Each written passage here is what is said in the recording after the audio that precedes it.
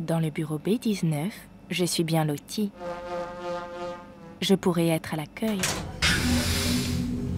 Bonjour. Bonjour. Bonjour. Les hôtesses d'accueil ne sont pas embauchées par l'institution. Bonjour. Bonjour.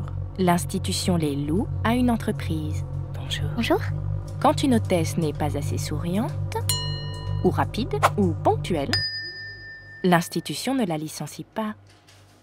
Elle la rend. Au premier sous-sol, on trouve un autre hall très vaste, réplique du premier, mais sans lumière. Dans ce hall, on trouve un bureau d'accueil. C'est pour les groupes. Au début, une hôtesse d'accueil se tenait derrière ce bureau. Bonjour. Seule, toute la journée. Bonjour. Elle écoutait de la musique. Elle n'était pas assez souriante. Elle semblait peu motivée. Elle a été rendue.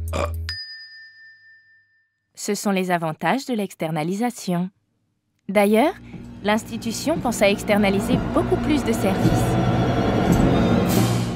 La nuit, la direction rêve d'un Schwarzenegger qui viendrait externaliser tous ses employés qui l'emmerdent avec leurs revendications. Vous n'échapperez pas à externalisateur. Il les materait à coups de contrat en CDI totalement réaménageable d'une semaine sur l'autre. Pas de prime possible, pas d'ancienneté possible, pas de mutuelle ou de CE, les syndicats. On rigole, chacun étant disséminé dans une multitude d'entreprises qui ne sont pas contractuellement les employeurs, mais les clients d'un prestataire de service. Et le client a toujours raison.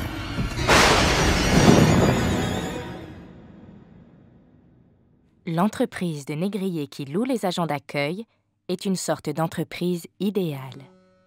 D'ailleurs, il n'y a jamais de licenciement. Les employés peuvent être mutés d'un lieu de travail à l'autre, de Paris à la grande banlieue, au cours du même mois. S'ils refusent le poste, ils cassent leur contrat. Aïe! Le slogan des négriers, c'est « l'esprit d'équipe ». Chaque semaine, les agents d'accueil attendent de savoir qui va être rendu. Toi, t'as pas une gueule de porte-bonheur. Ils ont réunion chaque mardi, dans une banlieue chic, lointaine mais tellement verdoyante. Il y a réunion le mardi parce que c'est le jour de congé des agents d'accueil. Comme c'est leur jour de congé, ils ne sont pas payés.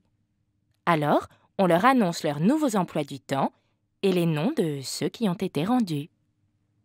L'institution culturelle prestigieuse s'en fout.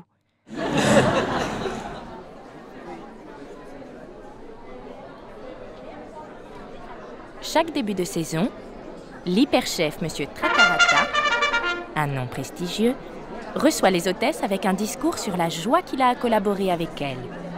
De collaborer ensemble, réunis par une même passion pour l'art et pour le public.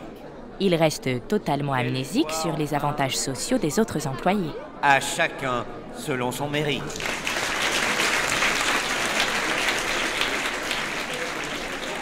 Quel beau salaud. Commente Calamar. Pour une fois, je suis d'accord avec lui. Je vais aller lui dire ce que j'en pense. Et je vois Calamar traverser le hall pour parler à Tratarata. Ah, salut. Tu veux une coupe de champagne? Je te demande si tu veux une coupe de champagne. Comment? Ah, mais c'est une bonne maison, quoi. Tu peux me passer un bout de calamar? À suivre sur arteradio.com. Calamar, là-bas.